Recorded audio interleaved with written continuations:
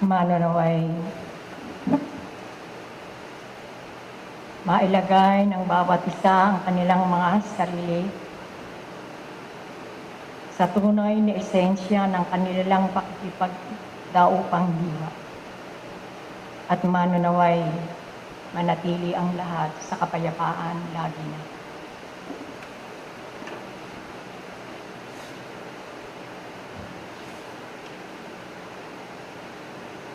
Ibayong paghahanda.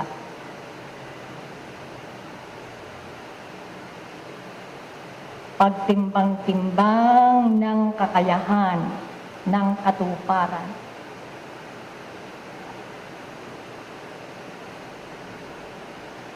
Ng mga batas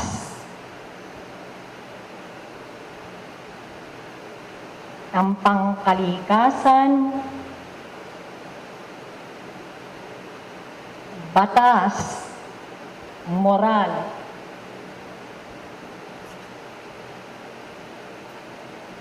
batas ng Estado, ng sarili, na siyang sirkulo na dapat mapanagumpayan ng isang kaluluwa sa pagpanaog sa lupa. Salang-sala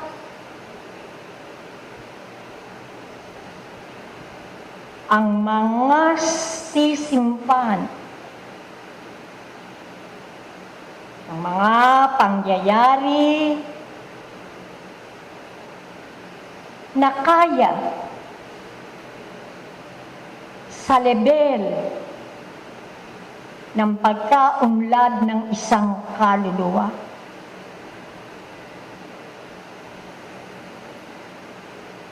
Kung ito ba ay kanyang matatanggap ng buo ng may pagkaputo. Kaya ang mulit-muling buhay ay hindi isang kisap mata o wika nga ng marami sa inyo ay kapalaran na inilalagay nyo na lamang sa batas o kamay ng Diyos upang takasan ang hindi katanggap-tanggap na epekto nito sa inyo. Ngunit pagkatandaan ninyo na sa pagluwal pa lamang sa sangmaliwanag ay ang uhan ng sanggol.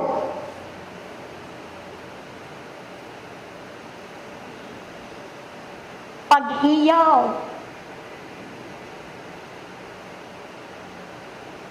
ng pakikipag-ugnayan ng kanyang espiritu sa may kapal, na manunawa ay langkapan siya ng kaliwanagan, katotohanan ng buhay sa muling panghiram ng lakas. Salang-sala, wika nga, dahil hindi lamang batas sosyal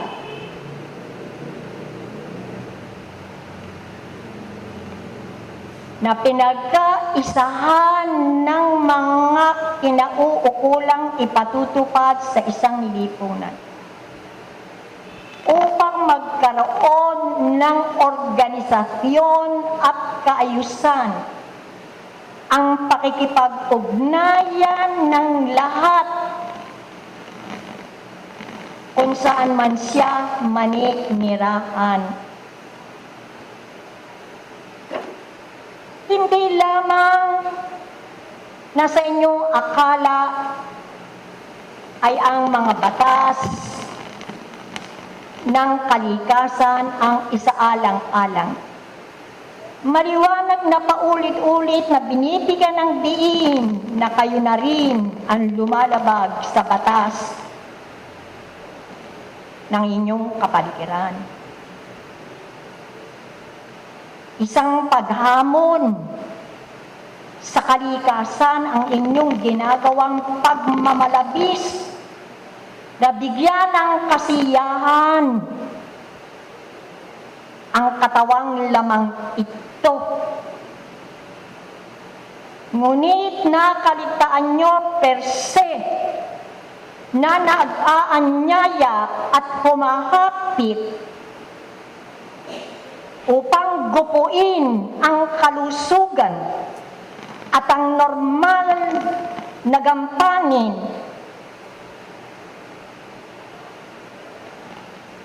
ng iba't ibang organo ng inyong katawang laman ay kayo. Hinamon ninyo, inabuso ninyo. Hindi binigyan ng limitasyon ang mga pangangailangan ng inyong katawang laman. Nababatid nyo na hindi ugma o nararapat ang mga labis na pagtanggap ng mga pagkain ng inyong katawang laman. Marami kayong tinatanggihang mga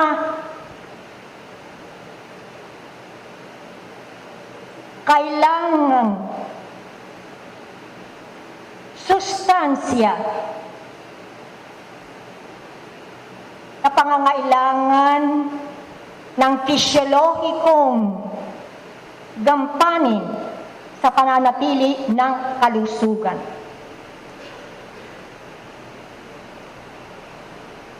Batid nyo rin na ang batas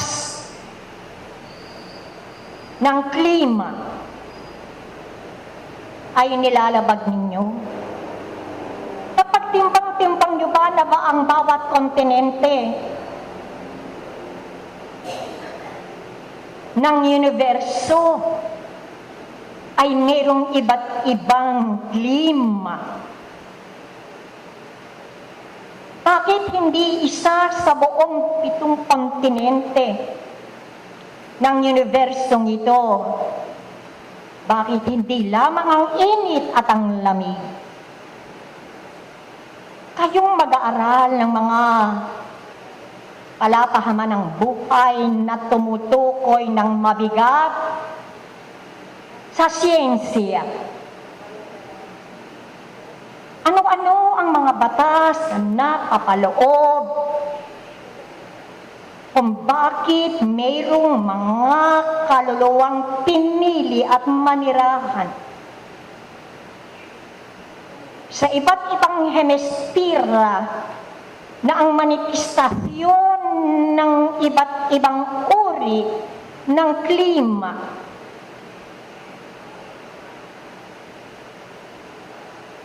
ay nagaganap sa bansa o mga bansang kanilang pinili na pakipamumulan.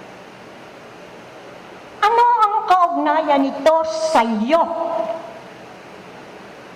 Bakit kayo ay naninirahan o pinili ninyo dito sa bansang tropikal? Na 2 uri lamang ng klima ang kabuuan. Salihin, napagtuunan niyo ba ng pansin? Bakit mayroong sa taglamig? Bakit mayroong sa pinakadulo ng Antarctica na nakikipamuhay?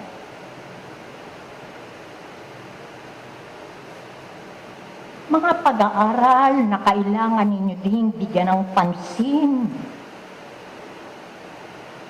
Hindi palawang mga inisyales na malao ng 100 taon na sa inyo ay binibigyan ng diin.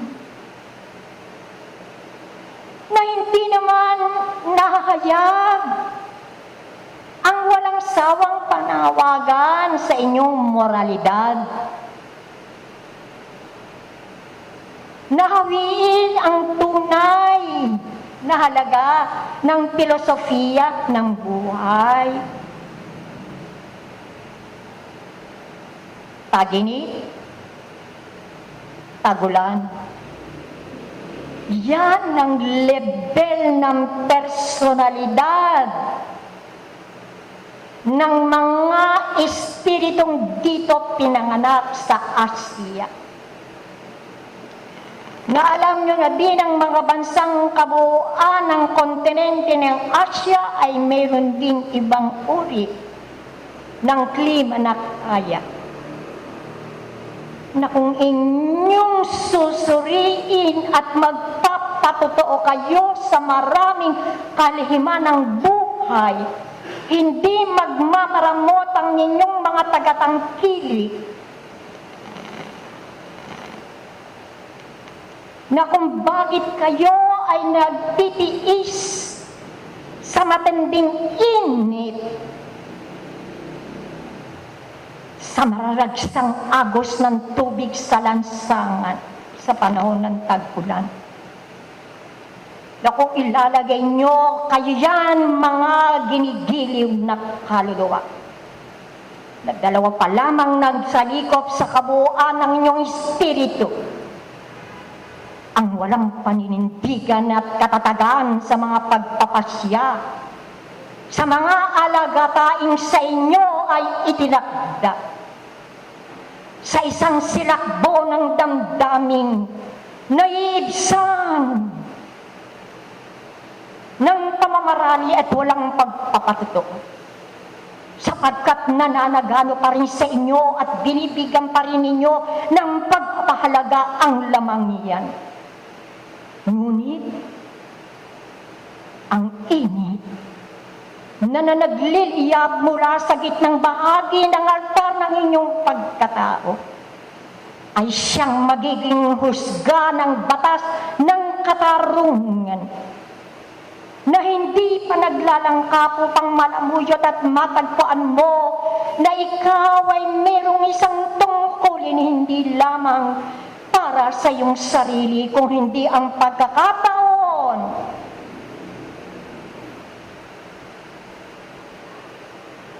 ay iyon ang ipapalimos sa mga pulubin mong mga kapatid na nananabig at nag-aantay sa kaliwanagan at init ng pakikipag-aral kung ano ang espiritismo. Ano ang mga pagkakaiba ng ibinibigay ng lamig sa iyo sa panahon ito? Negatibo o positibong puwersa o lakas na ikaw ay gagawa at magpapatotoo sapagkat katotohanan ng pakikipamuhay at ang panghihiram ng laman sa panahon ng iyong paghahanda, ikaw ang pumili. Ikaw ang naghangad ng mga batas sosyal, batas politika, batas moral, batas dinararesa. Ang lahat na yan ay pinong-pinong sinala. Hindi kaagad ito ipinibigay at tinatakda. Nalalaman ng dang sa kaharian ng kaitaasan na ikaw ay tutulungan at alalayan upang iyong magawa matupad ang mga batas ng lahat na yang sumasalikop na siyang balok ng nyoklo ng daigdigang lupa.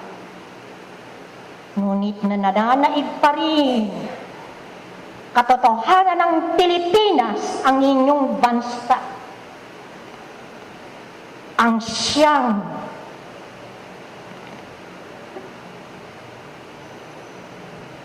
baluarte o salaang pinong-pino sa pagpapatuo at pagkilala ng maraming batas na nilabag at lalabagin ng mga kaluluwa.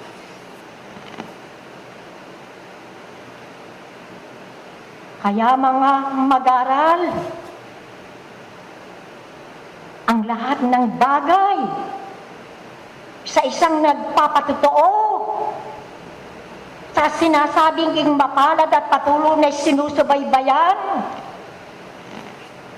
binibigyan pa ng lakas ng basilayan at maramdaman ang pag-aalab na ito ng paghihimagsik ng init ng araw ay hindi kayang maibsan ng panandaling lamig sapagkat ito ang panahon ng paglini-lini ng inyong kaluluwa. Ngunit nakalulungkot, sadyang matigas ang inyong mga puso. Sadyang hindi maalala at mabigyan ng pagkakataon ng kanilang pakikipag-ugnay. Na ano ba ang mensahe? Ano ang mga batas na dapat niyong matupad sa dalawang uri ng klima na dito sinasaalang-alangan temperatura ng kalusugan ng kaisipan at ng kabuuan ng isang kaluluwang nagtataglay pa ng laman. Kaya ang pagkakasakit, ang mga nararamdaman na kaguluhan, batid ninyo na kayo lahat ang mesa, ang pakikipag-isang dugo sa batas ng cause-epekto.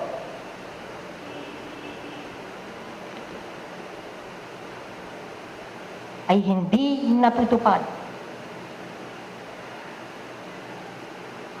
sapagkat ang init ng kababaan, kamangmangan ang siyang nananagano upang ang lamig na idinadantay mula sa iyong noo na siyang lumukob sa nag-iinit na katawang lamang dulot ng nag-uumigting ng paghahangad na makalaman ay siyang lumalangka sa gitna ng pagpapala at pagsubaybay ng Amang makapangyarihan. Tayo ay magpapatuloy ng gawain